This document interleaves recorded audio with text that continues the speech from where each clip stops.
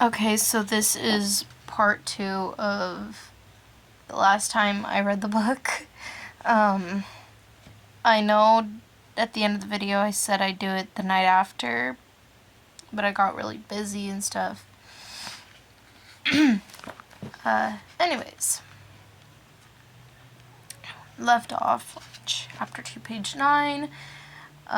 If anyone has their own book and they want to follow along, they can. Okay. Maybe if I had been one of the cool kids, I could make this work for me. Come in all popular homecoming king styles. But there was no hiding the fact that I was not that guy. Not the football star, not the class president, not the bad boy on the motorcycle. I was the kid who looked like he should be good at basketball until I started walking. The kid who got shoved into lockers until I'd suddenly shot up 8 inches sophomore year. The kid who was quiet and too pale, who didn't know anything about gaming or cars or baseball statistics or anything else I was supposed to be into. Unlike the other guys, I didn't have a ton of free time for hobbies. I had a checkbook to balance, a clogged drain to snake, and a week's groceries to shop for. Or I used to. So I didn't relate well to people my age. Maybe the truth was that I didn't relate well to people, period. Even my mother, who I was closest to of anyone on the planet, never really understood me. Sometimes I wondered if I was seeing the same things through my eyes that the rest of the world was seeing through theirs. Like, maybe what I saw as green as what everyone else saw as red. Maybe I smelled vinegar when they smelled coconut. Maybe there was a glitch in my brain. But the cause didn't matter. All that mattered was the effect. And tomorrow would be just the beginning. I didn't sleep well that night. Even after I finally got my head to shut up, the constant whooshing of the rain and wind across the roof didn't fade into the background. I pulled the old quilt over my head and later added the pillow too, but I couldn't fall asleep until after midnight. When the rain finally settled into a quiet drizzle, thick fog was all I could see out my window in the morning, and I could feel the claustrophobia creeping up on me. You could never see the sky here. It was like that prison cage I had imagined. Breakfast with Charlie was quiet. He wished me good luck at school. I thanked him, knowing his hope was a waste of time. Good luck tended to avoid me. Charlie left first off to the police station that was his wife and family. After he left, I sat down at the old square oak table in one of the 3 unmatching chairs and stared at the familiar kitchen with its dark paneled walls, bright yellow cabinets, and white linoleum floor. Nothing had changed. My mom had painted the cabinets 18 years ago, trying to bring some sunshine into the house. Over the small fireplace in the adjoining microscopic family room was a row of pictures. First a wedding picture of Charlie and my mom in Las Vegas, then one of the 3 of us in the hospital after I was born, taken by a helpful nurse, followed by the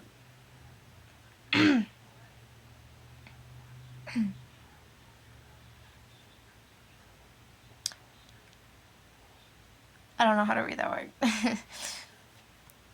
Of my school pictures up to this year's. Those were embarrassing to look at. The bad haircuts, the braces years, the acne that had finally cleared up. I would have to see what I could do to get Charlie to put them somewhere else, at least while I was living here. It was impossible being in this house not to realize that Charlie had never gotten over my mom. It made me uncomfortable. I didn't want to be early to school, but I couldn't stay in the house anymore. I put on my jacket, thick, non-breathing plastic like a biohazard suit, and headed out into the rain. It was just drizzling still, not enough to soak me through immediately as I reached for the house key that was hidden under the eave by the door and locked up. The sloshing of my new waterproof boots sounded weird. I missed the normal crunch of gravel as I walked. Inside the truck, it was nice and dry. Either Bonnie or Charlie had obviously cleaned it up. And the tan upholstered seats, still smelled faintly of tobacco, gasoline, and peppermint. The engine started quickly, which was a relief, but loudly roaring to life then idling at top volume. While a truck this old was bound to have a flaw, the antique radio worked, a bonus I hadn't expected. Finding the school wasn't difficult. Like most other things, it was just off the highway. It wasn't obvious at first, but it was a school. Only the sign, which declared it to be the Forks High School, clued me in. It looked like a collection of matching houses built with maroon-colored bricks. There were so many trees and shrubs I couldn't see its size at first. Where was the feel of institution, I thought. Where was the feel of the institution, I thought? Where were the chain-link fences, the metal detectors? I parked by the first building, which had a small sign over the door reading front office. No one else was parked there, so I was sure it was off limits, but I decided I would get directions inside instead of circling around in the rain like an idiot. Inside, it was brightly lit and warmer than I'd hoped. The office was small. There was a little waiting area with padded folding chairs, orange-flecked commercial carpets, notices and awards cluttering the walls, and a big clock ticking loudly.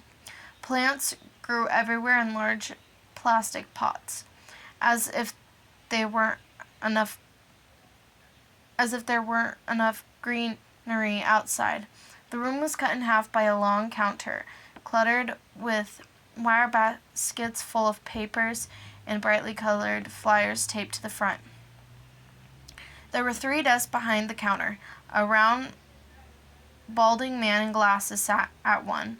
He was wearing a t-shirt which immediately made me feel overdressed for the weather.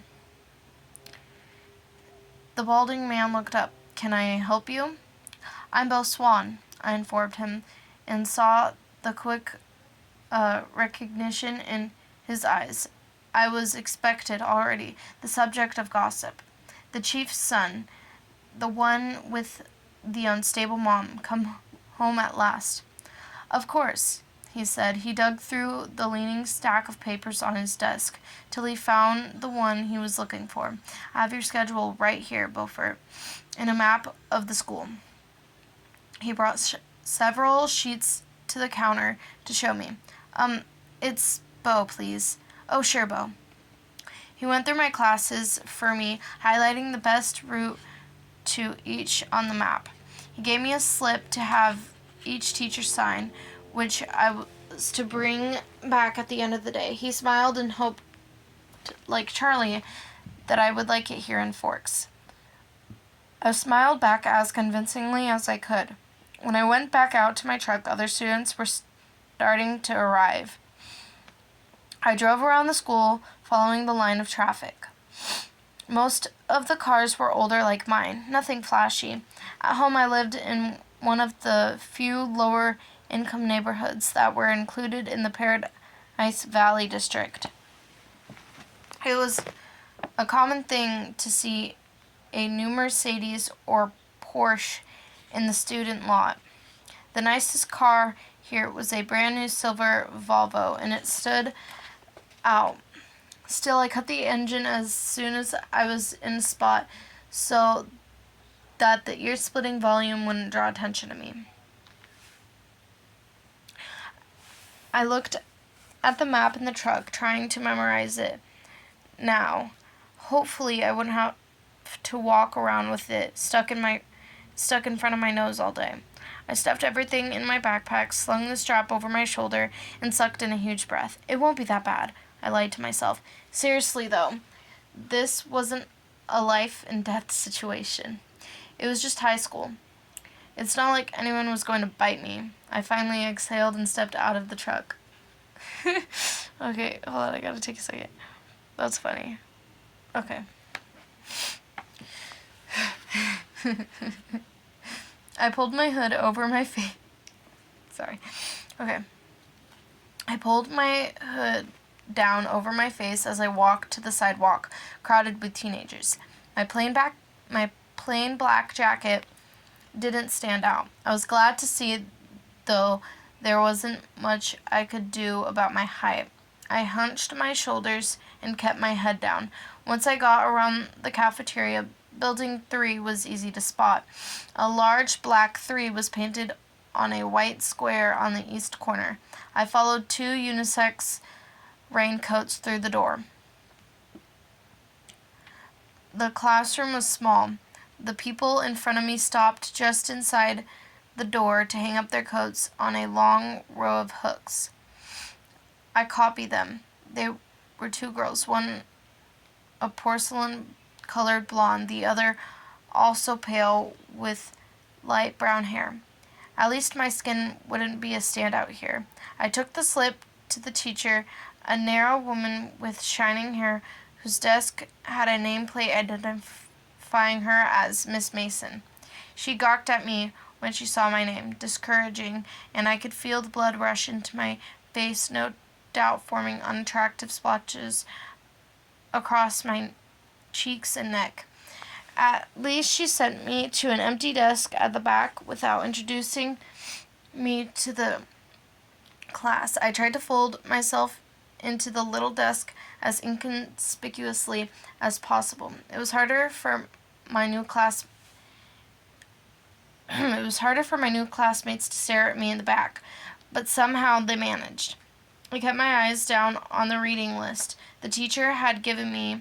It was pretty basic. Bront, Shakespeare,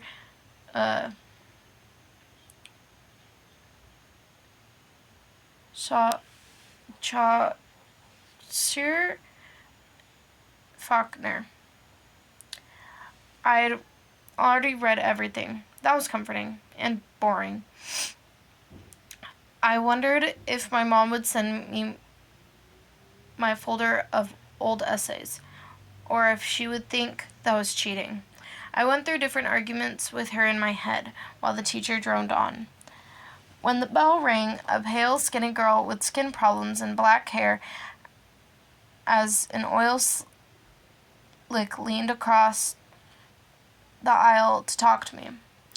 "You're Beaufort Swan, aren't you?" She gave off the vibe of overly hopeful chess club type. "Beau," I corrected.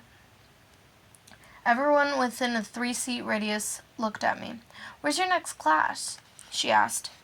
I had to check in my bag. Government with Jefferson in Building 6. There was nowhere to look without meeting curious eyes. "I'm headed toward Building 4. I could show you the way." Definitely over-helpful. "I'm Erica," she added. I forced a smile. "Thanks." We got our jackets and headed out into the rain, which had picked up. Several people seemed to be walking too close behind us, like they were eavesdropping or something. I had hoped I was getting paranoid. "So this is a lot different than Phoenix, huh?" she asked. "Very. It doesn't rain much there, does it?" 3 or 4 times a year. "Wow, what must that be like?" she wondered. "Sunny," I told her. "You don't look very tan." My mother is part albino. She studied my face uneasily, and I stifled a groan. It looked like clouds, and a sense of humor didn't mix. A few months of this, and I'd forget how to use sarcasm. We walked back around the cafeteria to the south building's by the gym. Erica followed me right to the door. Though it was clearly marked, "Well, good luck," she said as I touched the handle. "Maybe we'll have some classes together." She sounded hopeful. I smiled at her in what I hoped was not an encouraging way and went inside. The rest of the morning passed about the same way. My trigonometry teacher, Miss Varner, who I would have disliked anyway just because the subject she taught, was the only one who made me stand in front of class and introduced myself. I stammered, went splotchy red, and tripped over my own boots on the way to my seat. After 2 classes, I started to recognize some of the faces in each room. There was always someone braver than the others who would introduce themselves and ask me questions about how I was liking forks. I tried to be diplomatic, but mostly I just lied a lot. At least I never needed the map. In every class, the teachers started out calling me Beaufort, and though I corrected them immediately, it was depressing. It had taken me years to live down Beaufort. Thank you so much, Grandpa, for dying just months before I was born and making my mom feel obliged to honor you. No one at home even remembered that Beau was just a nickname anymore. Now I had to start all over again. One guy sat next to me in both Trig and Spanish. He walked with me to the cafeteria for lunch. He was short, not even up to my shoulder, but his crazy curly hair made up some of the difference between our heights. I couldn't remember his name, so I smiled and nodded as he rattled on about teachers and classes. I didn't try to keep up. We sat at the end of a table with several of his friends, who he introduced to me. Couldn't explain about the manners here. I forgot all their names as soon as he said them. Seemed to think it was cool that he'd invited me. The girl from English, Erica, waved at me from across the room, and they all laughed. Already the butt of the joke. It was probably a new record for me, but none of them seemed mean-spirited about it. It was there, sitting in the lunchroom, trying to make conversation with 7 curious strangers, that I first saw them. They were seated in the corner of the cafeteria, as far away from where I sat as possible in the long room. There were 5 of them. They weren't talking, they weren't eating, though they each had a tray of food in front of them. They weren't gawking at me unlike most of the other students, so it was safe to stare at them. But it was none of these things that caught my attention. They didn't look alike. There were 3 girls. One I could tell was super tall, even sitting down, maybe as tall as I was. Her legs went on forever. She looked like she might be the captain of the volleyball team, and I was pretty sure you wouldn't want to get it in the way of her spikes. She had dark curly hair pulled back into a messy ponytail. Another had the color of honey hanging to her shoulders. She was not quite so tall as the brunette, but still probably taller than most of the other guys at my table. There was something intense about her, edgy. It was kind of weird, but for some reason she made me think of this actress I'd seen in a action movie a few weeks ago, who took down a dozen guys with a machete. I remembered thinking then that I didn't buy it. There was no way the actress could have taken on that many bad guys and won. But I thought now that I might have bought it all if the character had been played by this girl. The last girl was smaller, with hair somewhere between red and brown, but different than either, kind of metallic somehow, a bronzy color. She looked younger than the other 2, who could have been in college easy. The two guys were opposites. The taller one, who was definitely taller than me, I'd guess 6'5" or even more, was clearly the school's star athlete and the prom king.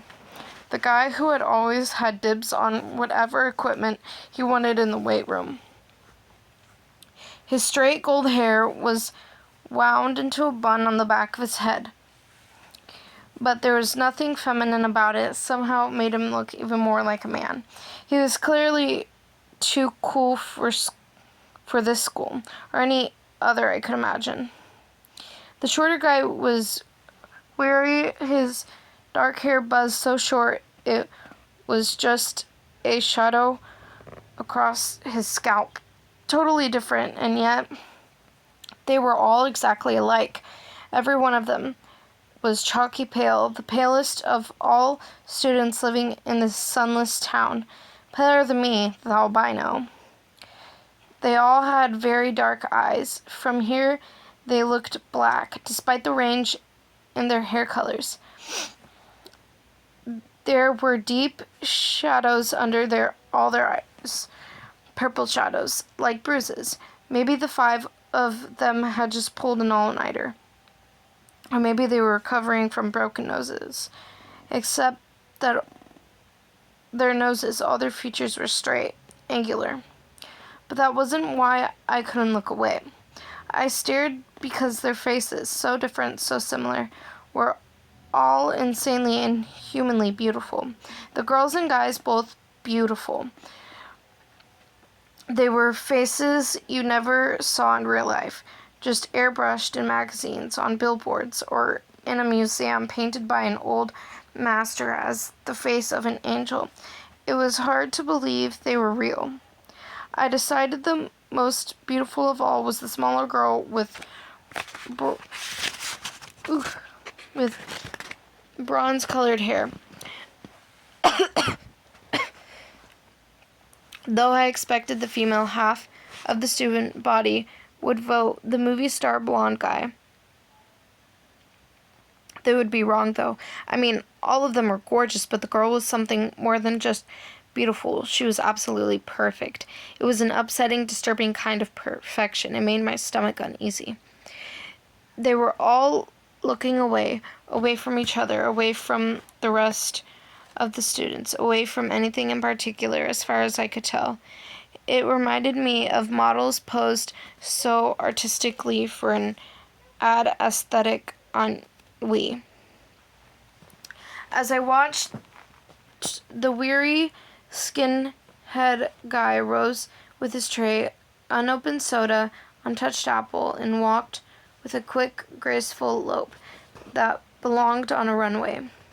I watched, wondering if they had a dance company here in town, till he dumped his tray and glided through the back door, faster than I would have thought possible. My eyes started back to the others who hadn't changed. Who are they? Who are they? I asked the guy from my Spanish class, whose name I'd forgotten. He looked up to see who I meant, though he could probably guess from my tone. Suddenly, she looked at us, the perfect one. She looked at my neighbor for just a fraction of a second, then her dark eyes flickered to mine, long eyes, angled up at the corners, thick lashes. She looked away quickly, faster than I could, though I edged. Sorry. Anyways.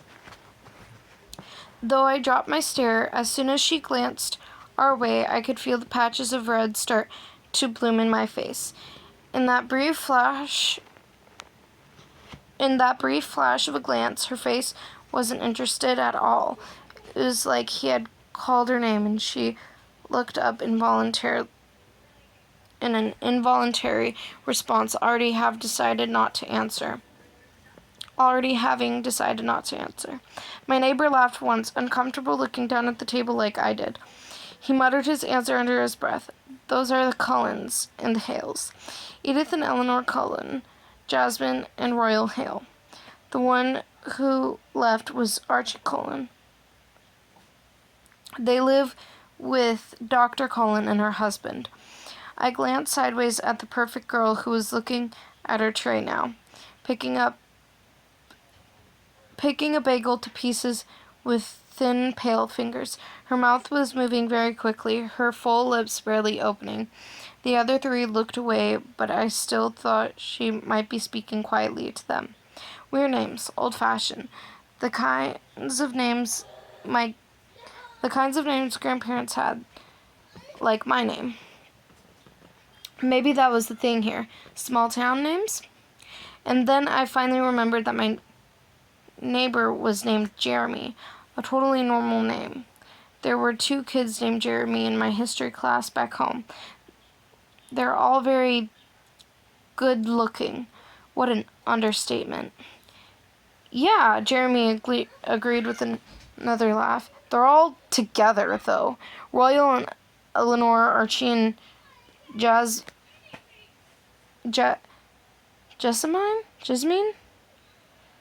Like dating, and they live together. He snickered and wagged his eyebrows suggestively. I don't know why, but his reaction made me want to defend them. Maybe just because he sounded so judgmental. But what could I say? I didn't know anything about them. Which ones are the Cullens? I asked, wanting to change the tone, but not the subject. They don't look related. Well, I mean, sort of. Oh, they're not. Dr. Cullen is really young, early 30s. The Cullen kids are all adopted. The Hales, the Blondes, are brother and sister, twins, I think, and they're some kind of foster kids. They look old for foster kids. They are now. Royal and Jessamine are both 18, but they've been with Mr. Cullen since they were little. He's their uncle, I think. That's actually kind of amazing, for them to take care of all those kids when they're so young and everything. I guess so, Jeremy said, though it sounded like he'd rather not say anything positive, as if he didn't like the doctor and her husband for some reason. And the way he was looking at their adopted kids, I could guess there might be some jealousy involved. I think Dr. Cullen can't have any kids, though, he added, as if somehow made what they're doing less admirable. Through all this conversation, I couldn't keep my eyes away from the strange family for more than a few seconds at a time. They continued to look at the walls and not eat. Have they always lived in Forks? I asked. How could I never notice them during my summers here? No, they just moved down 2 years ago from somewhere in Alaska. I felt a strange wave of pity and relief. Pity because, as beautiful as they are, they were still outsiders, not accepted. Relief that I wasn't the only newcomer here, and definitely not the most interesting bystander. As I examined them again, the perfect girl, one of the Cullens, looked up and met my gaze, this time with obvious curiosity as I immediately looked away. I thought that her look held some kind of unanswered expectation.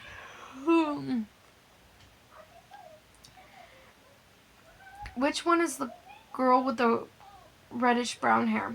I asked. I tried to glance casually in that direction, like I was checking out the cafeteria. She was still staring at me, but not gawking like the other kids had today. She had this frustrated expression I didn't understand. I looked down again.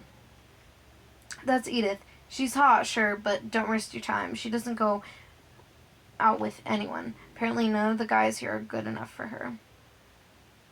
Jeremy said sourly, then grunted. I wonder how many times she'd turn him down. I pressed my lips together to hide a smile, then I glanced at her again. Edith. Her face was turned away, but I thought from the shape of her cheek that she might be smiling too. After a few more minutes, the 4 of them left the table together. They were all seriously graceful. Even the golden prom king, It was a strange thing to watch them in motion together. Edith didn't look at me again. I sat at the table with Jeremy and his friends longer than I would have if I'd been sitting alone. I didn't want to be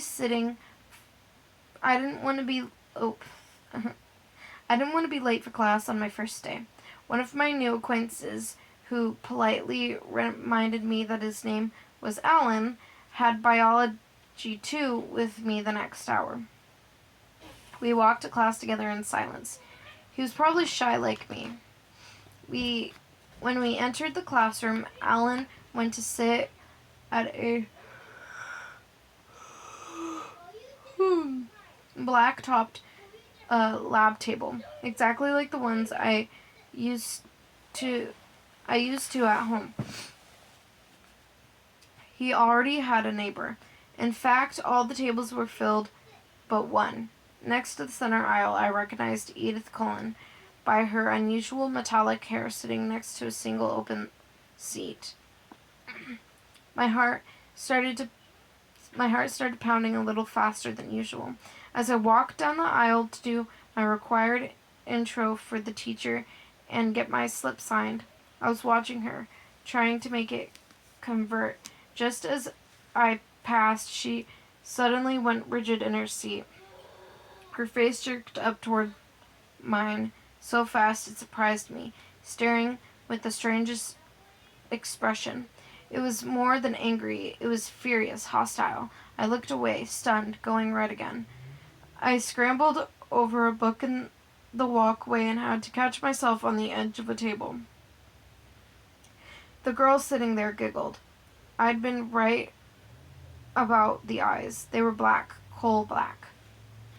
How many pages is there left? Jesus Christ. Okay, it's only a few pages. I can finish this. Mrs. Banner signed my slip and handed me a book with no nonsense about introductions and no mention of my full name. I could tell we were going to get along. Of course, she had no choice but send me to the one open seat in the middle of the room. I kept my eyes down as I went to sit by her. Confused and awkward, wondering what I could have done to earn the antagonistic glare she'd given me. I didn't look up as I set my book on the table and took my seat, but I saw her posture change from the corner of my eye. Oh, Jesus. Sorry. Her posture changed from the corner of my eye. She was leaning away from me, sitting on the extreme edge of her chair and averting her face like she smelled something bad. Inconspicuously, I sniffed. My shirt smelled like laundry detergent. How could that be offensive?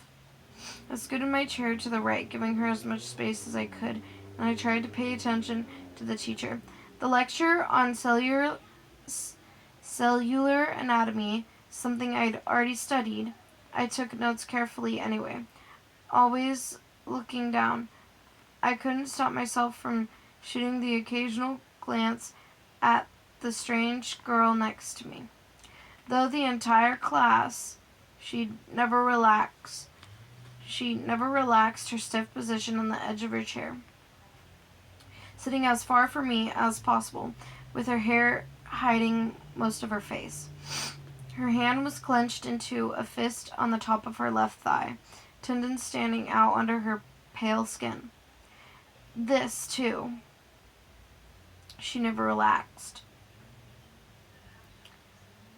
She had the sleeves of her white Henley pushed up to her elbows, and her forearm flexed with surprisingly hard muscle beneath her pale skin.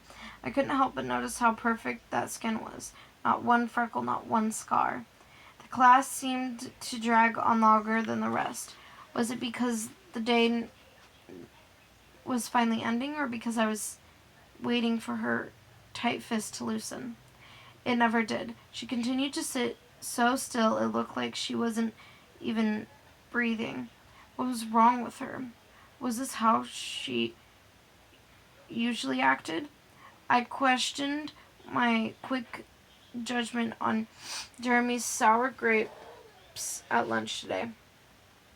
Maybe he wasn't just resentful. This couldn't have anything to do with me. She didn't know me from Adam. Mrs. Banner passed some quizzes back when the class was almost done.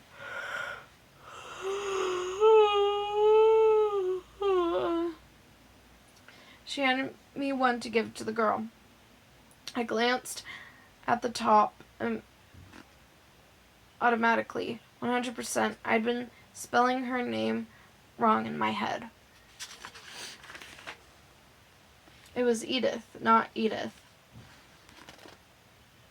I'd never seen it spelled that way, but it fit her better.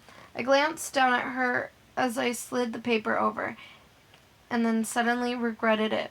She was glaring up at me again, her long black eyes full of revulsion. As I flinched away from the hate radiating from her, the phrase, "if looks could kill," suddenly ran through my mind. At that moment, the bell rang loudly, making me jump, and Edith Cullen was out of her seat. She moved like a dancer, every perfect line of her slim body in harmony with all the others, her back to me, and she was out the door before anyone else was out of their seat. I sat frozen in my seat, staring blankly after her. She was so harsh. I began gathering up my things slowly, trying to block out the confusion and guilt that filled me. Ugh, my God, my nose. Oh, anyways.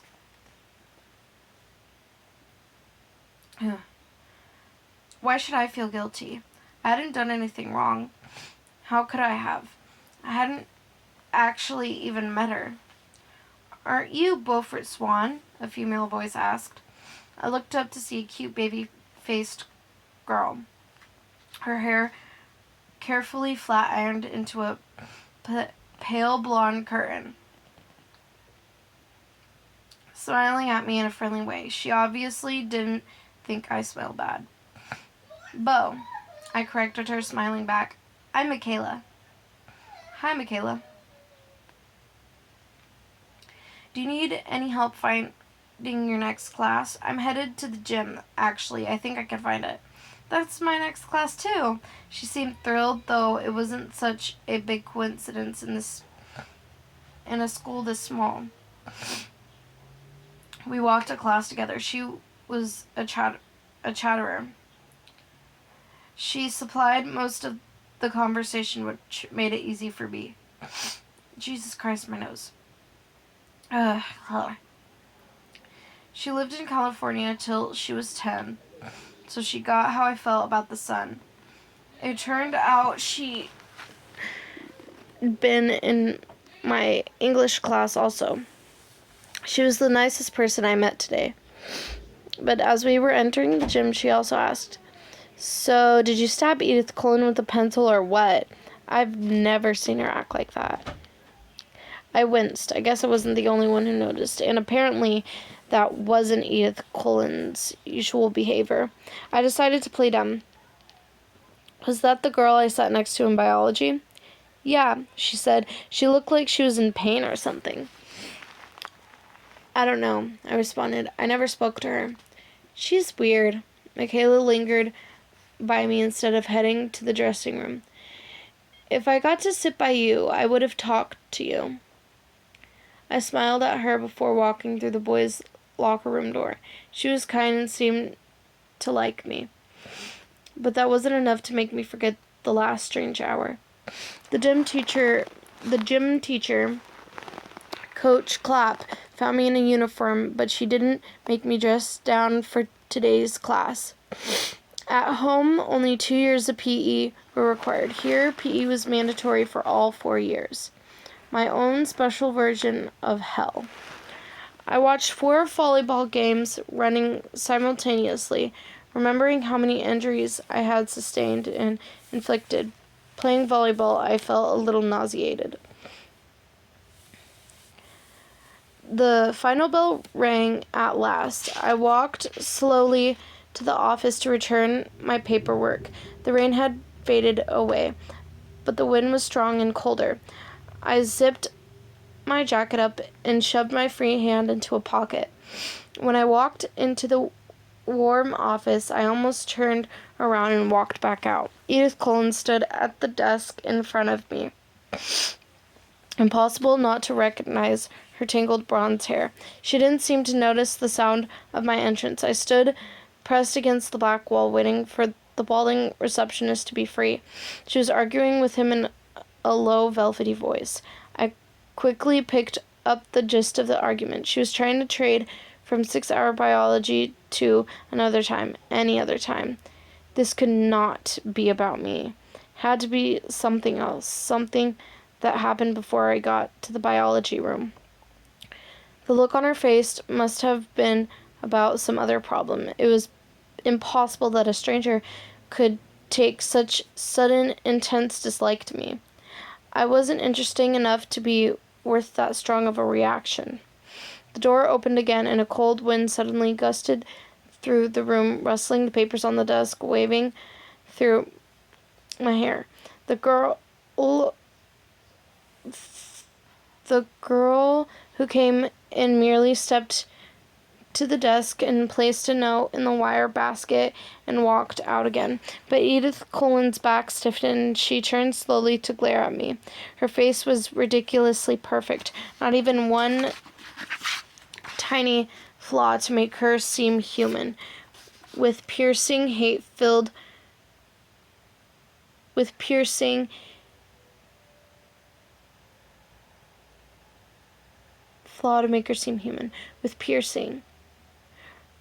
her eyes. For an instant I felt the oddest thrill of genuine fear, raising the hair on my arms.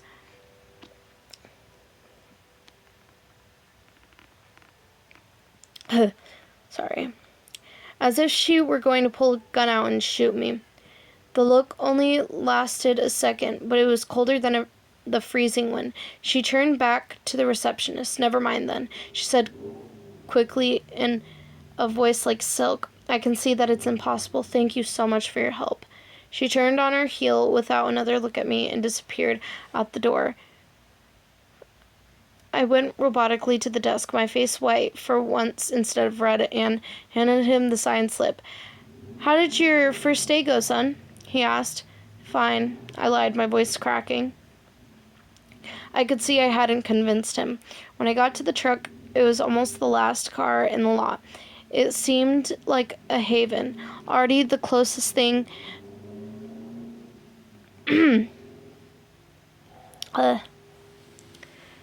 I lost it. What the heck?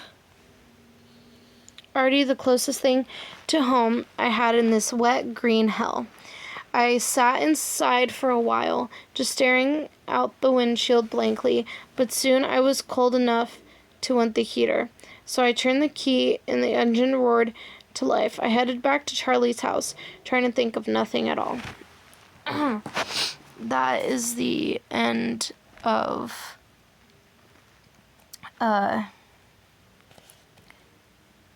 chapter 1. It took me quite a while, actually. Oh, I don't think I read this. There's always, like, a poem at the beginning of books.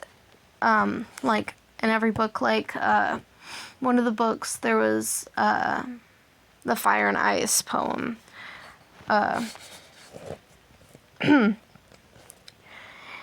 This is the one that was in this one. "If his destiny be strange, it is also sublime."